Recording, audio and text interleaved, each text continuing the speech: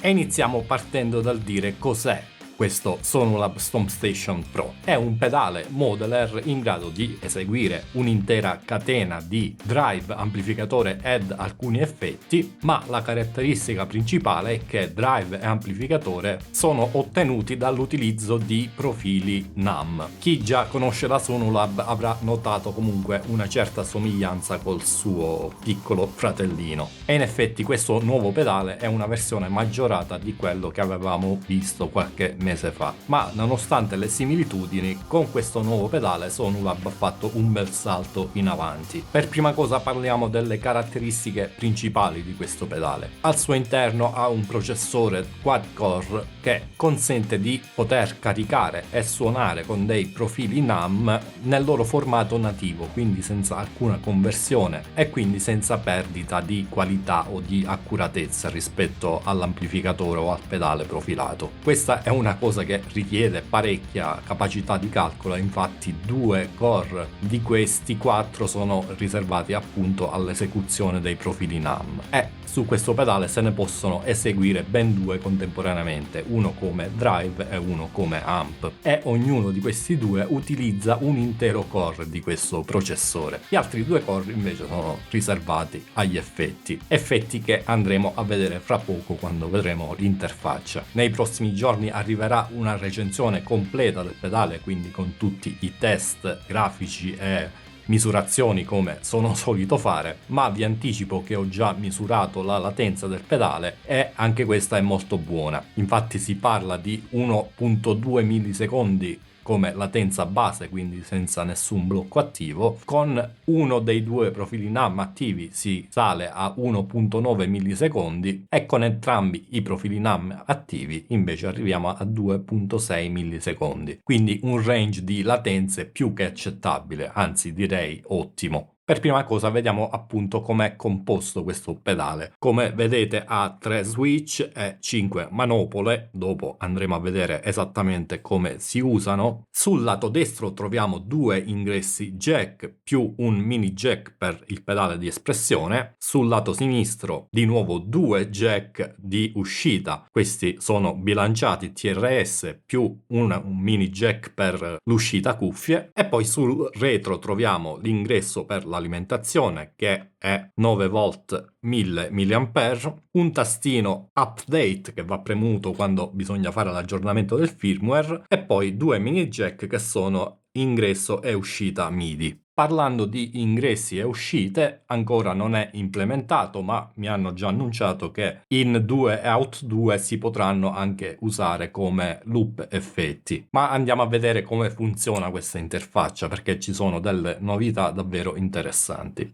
Quindi questa è la schermata principale del display. Come vedete abbiamo il nome del preset, l'indicazione del tempo che può essere sia globale che memorizzato sul preset stesso e poi il numero del preset, o per meglio dire il numero del banco seguito dalla lettera che indica il preset. Infatti i 3 switch possono accedere appunto ai 3 preset presenti all'interno del banco. Possiamo salire o scendere di banco premendo contemporaneamente 2 tasti B e C per salire o A e B per scendere, e infine tenendo premuto il tasto C si accede anche all'accordatore, che devo dire è abbastanza preciso e inoltre come vedete mostra anche la frequenza della nota che rileva nonché il livello in decibel. Premendo di nuovo una volta il tasto C usciamo dal tuner e poi vedete che sempre nel display abbiamo l'indicazione del volume generale che si regola girando questa manopola accanto al display e sotto due view meter che vi fanno vedere in tempo reale il livello di ingresso e di uscita, separato per entrambi i canali ovviamente. Infine nella fila sotto vedete alcuni controlli. Questi fanno riferimento all'amplificatore e quindi troviamo bassi, medi, alti e gain che possiamo andare a regolare con queste altre 4 manopole. Ma non è finita qua perché queste 5 manopole sono anche dei tasti, infatti si possono premere e premendo questi 4 da F1 ad F4 si può accedere ad altri blocchi presenti in catena. Ad esempio adesso premendo F1 vedete che compare qua Drive e troviamo sotto la selezione del modello, gain, volume e bassi. Premendo F2 mi trovo il blocco Mod con alcuni parametri, F3 accede al blocco delay ed F4 al blocco riverbero. Premendo invece la manopola browse ci viene mostrata l'intera catena di effetti e con questa occasione vi faccio vedere quali effetti sono presenti. A inizio catena abbiamo il noise gate, il compressore, la modulazione, il drive che appunto è un modello NAM che potete andare a selezionare con la manopola F1, poi abbiamo l'amp, stessa cosa sempre con F1 selezioniamo tra i vari profili NAM memorizzati sul pedale, il blocco IR in cui si possono caricare due IR ed eventualmente usarle in stereo pannandolo a sinistra e a destra, IR che sono di 2048 campioni, quindi visto che il pedale gira a 48 kHz equivale all'incirca a 43 millisecondi, più che sufficienti per coprire quasi l'intero range di frequenze. Dopo il blocco IR poi c'è un altro blocco modulazione e poi il delay e il riverbero. Come vedete compare anche questo triangolino qua in alto a destra, ciò significa che ho modificato il preset e il pedale mi avvisa che le modifiche non sono state salvate. Come vedete accanto a questa manopola c'è scritto back, quindi premendola da questa schermata si torna indietro alla schermata principale. Invece tornando sempre alla schermata con la catena, se selezioniamo il nome del preset e premiamo browse, accediamo al menu del preset dove possiamo andare a settare il tempo, il volume generale, il volume del secondo ingresso che al momento serve solo per sentire il segnale diretto pulito di questo secondo ingresso, quindi non passa per la catena effetti, ma come detto presto implementeranno anche la possibilità di usarlo come loop effetti e spero che seguano il mio consiglio anche magari per poter rendere l'ingresso del pedale anch'esso stereo. E poi c'è l'altro menu preset specific dove possiamo invece andare a settare il livello di uscita del preset, il tempo del preset e anche il colore del LED corrispondente al preset sui foot switch. Quindi all'interno del banco possiamo scegliere dei colori diversi in modo che possiamo distinguere ad esempio il preset pensato per la ritmica, per il clean piuttosto che per il lead. Torniamo indietro.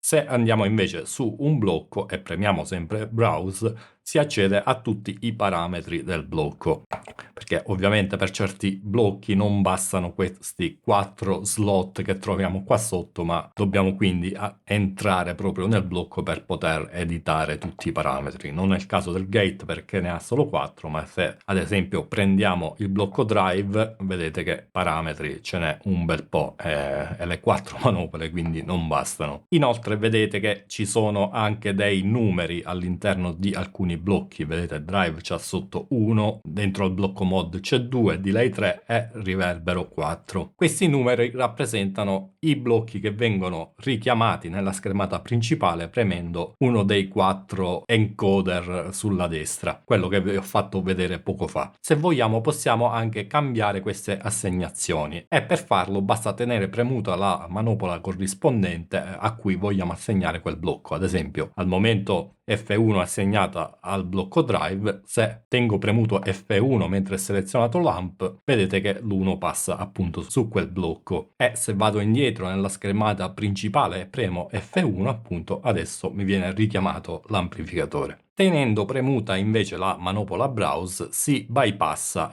il blocco selezionato, oppure si riattiva tenendola premuta di nuovo. Se invece teniamo premuto a lungo la manopola browse, accediamo al menu con le impostazioni del pedale. Quindi in settings ci sono le impostazioni relative all'accordatore, quelle relative agli ingressi, quindi dove possiamo andare a settare il livello di ingresso dei due jack di entrata, e poi troviamo anche quest'altra sezione Pickup Simulator, che è proprio quello che dice, cioè va a simulare un pickup diverso rispetto a quello che abbiamo sulla nostra chitarra. Se lo abilitiamo, praticamente andiamo a selezionare il tipo di pickup che abbiamo sulla nostra chitarra e invece in output selezioniamo quello che vogliamo simulare, e quindi questa funzione andrà a modificare la risposta in frequenza appunto del segnale per farla somigliare di più a quel pickup, nonché anche il livello di uscita del pickup. Quindi se io ho un single coil e voglio simulare un humbucker, ovviamente il livello verrà boostato. E poi nella sezione MISC possiamo andare a settare il canale MIDI su cui ricevere i messaggi, il ground lift per le uscite bilanciate,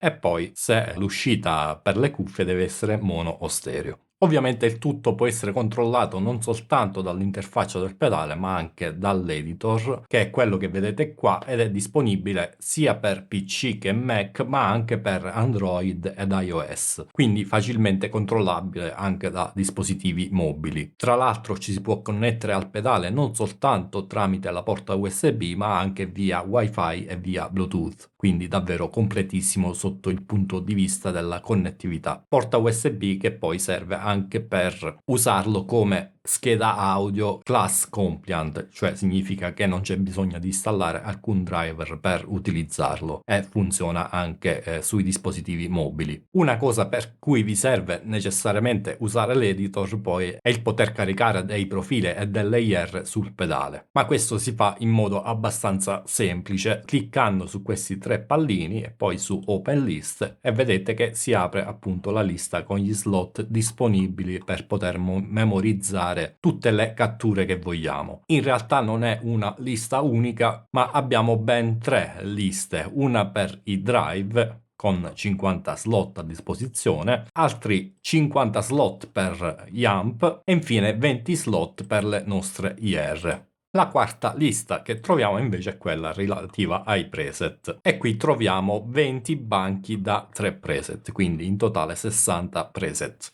Un'altra cosa che arriverà con uno dei primissimi aggiornamenti è la calibrazione dei livelli, ovvero la lettura dei metadati relativi ai livelli appunto che si possono inserire nei profili NAM, e a meno di novità delle ultime ore sarà il primo pedale ad implementare questa soluzione, perché finora era possibile farlo soltanto nel plugin di NAM, e questa cosa per quanto mi riguarda è molto importante perché è ciò che fa sì che il profilo suoni realmente identico a ciò che viene profilato, perché altrimenti ci ritroviamo livelli di gain diversi in base a dove lo utilizziamo, con quale scheda audio, con quale pedale, eccetera eccetera. Questo ovviamente è lo stato iniziale del pedale. Presto arriveranno tanti altri aggiornamenti, alcuni dei quali mi hanno anticipato ma che non posso rivelarvi. Vi assicuro che ci sono tante cose interessanti in cantiere e le funzionalità di questo pedale verranno ampliate in modo sostanzioso. Ciò non significa che verrà abbandonato invece il piccolo Stomp Station, perché questo non è un prodotto che lo sostituisce, ma più che altro lo affianca. È ciò che sarà possibile implementare anche sul piccolino, CPU permettendo, ovviamente verrà aggiunto anche a quello. Quindi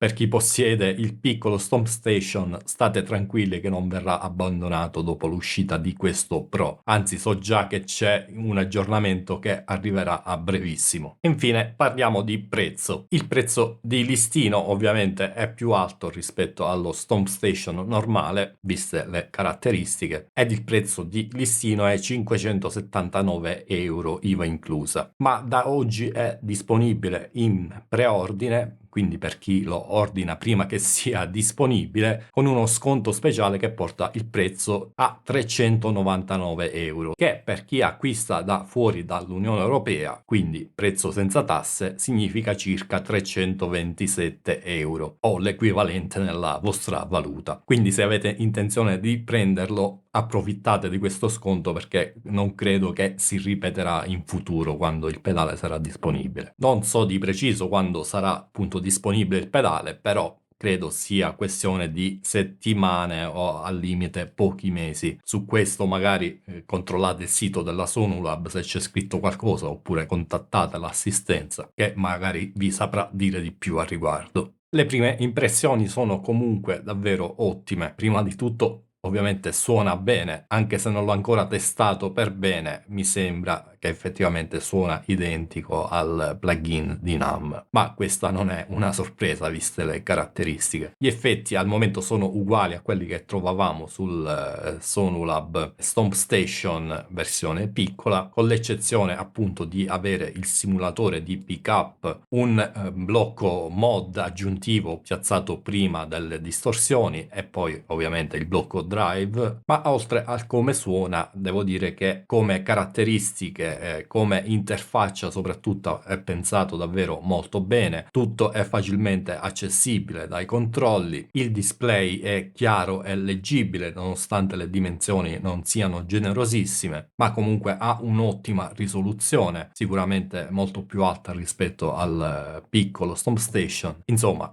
secondo me questo sarà un pedale che diventerà davvero molto popolare, perché offre veramente tanto, specialmente per quello che è il prezzo di lancio, e che sbaraglia un po' la concorrenza, perché comunque al momento pedali che riescono a caricare profili NAMM nel formato nativo sono pochissimi e tutti costano decisamente di più rispetto a questo Stomp Station Pro. Quindi complimenti davvero ai ragazzi di Sonulab per essere riusciti a fare questo bel salto di qualità. Approfitto di questo video per ringraziare infinitamente i ragazzi che mi hanno inviato questo pedale in anteprima e mi hanno dato quindi la possibilità di provarlo prima dell'uscita e di presentarvelo oggi. Come detto, nei prossimi giorni arriverà la recensione completa in cui metteremo sotto torchio questo pedale e lo metteremo anche a confronto sia col fratellino piccolo ma anche con altri pedali simili e concorrenti. Quindi lasciate un like e iscrivetevi al canale se non l'avete ancora fatto e vi do appuntamento quindi al prossimo video. A presto, ciao!